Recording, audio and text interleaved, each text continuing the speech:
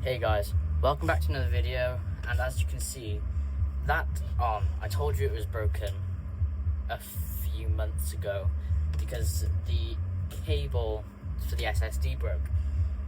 Not anymore. That's a surprise though. We're going to talk about something else. This set of speakers here, I've recently put those here because I thought their speakers are going to be better than the TV. Those are older than me, and they sound better than these ones I've got here. And I was genuinely surprised with them, especially paired with the surprise I have that has decided to wake up. And it is this MacBook Pro. It is completely working again, and it is fine. It's 14 years old, it's going to be slow, but we can see how much power this thing makes with something called Geekbench.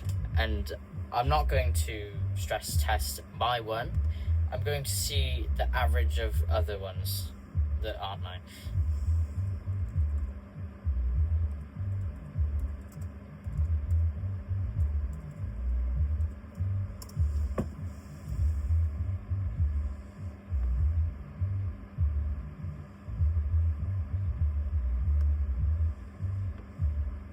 It's fun, we get to scroll all the way down until we find this guy.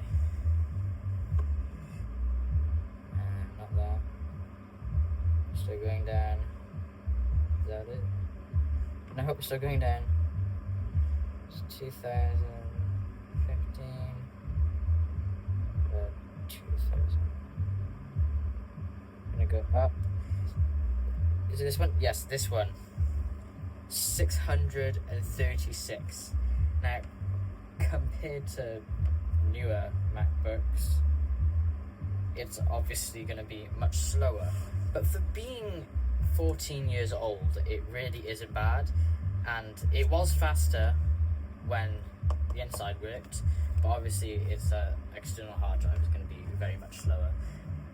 That's all I wanted to talk about today, but I'm going to finish it off on how hot it is. It's so hot in my room right now, which is why I got the fan there. It's so hot that this can't stand 5 minutes in here without overheating and shutting off, which is why I got it here, because I would have just stayed here in the heat. But yeah, this Mac is perfectly commular now. I've changed the battery in it, but that was before the SSD died, and then I had to use that. This Mac obviously is a bit less useful as a laptop, because obviously it goes on your lap, and if you're somewhere without something like a desk to put this on, or unless you have a net here, then you can't really put that anywhere besides from putting it like on your handrest here. But then it either runs away like that, or it's just really propped up and it just feels wrong. Now, I'm going to give you all a treat. I'm going to open this up and show you what's inside of it.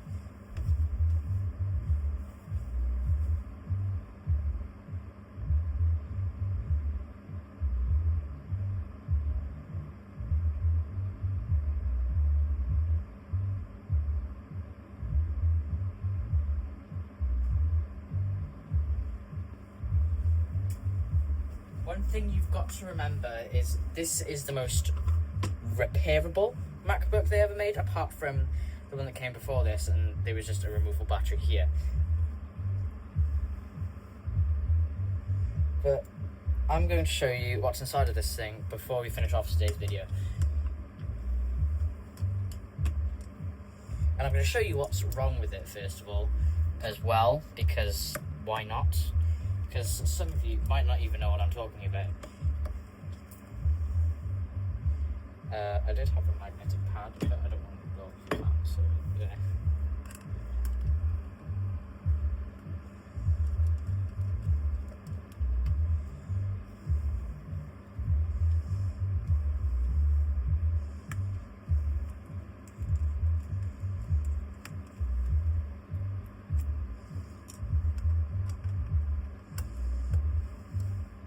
Now, this MacBook was complete when I got it. There was only one screw missing, but when I bought it broken originally. There was no hard drive in it at all. So I had to put my own hard drive in it, and in the making I did lose most of the screws because I kept messing with it. But these screws work fine, and I haven't lost any since. And I've opened this up many times because I didn't know what the hell was wrong with it when it stopped working. But we're just gonna open it up. And that's what's inside of the MacBook. Now, I'm just gonna take this out just to show you. I'm not gonna use my fingers because it's really tight in there. Come out, please. Oh, there we go. Thank you. So this itself is fine. This cable right here is responsible for all of it. That died, and I don't know why. It could be from the reason why this was so cheap. But that died after I put this in. A few months after that died. And I was thinking about before that died, because this was perfectly crummy, I was going to remove this and add more storage. Because then it would be lighter, and I didn't really have a use for the CD drive. And yeah, also I did a bit of DIYing with this battery, because it would fit in this hole, but then that hole would be unaligned. So I got this screwdriver and I just made the hole bigger. It was a bit dodgy, but it worked. Also, there are brackets that should be here that hold in this, but I had the brackets, but I didn't have the screws. So I just had to kind of shove some screws in there and DIY it in there. And you may be asking, why is it in there? I just so that this doesn't wiggle around, but it's broken anyway, so I'm just going to take the thing out. Because then the MacBook will be lighter, like what would be if I didn't remove that. But then it would also stop shocking me, because for whatever reason, when I plug this in, it shocks me. And I believe it's because that was dying, because it only ever does it on my left wrist and on my right wrist, which is where that is.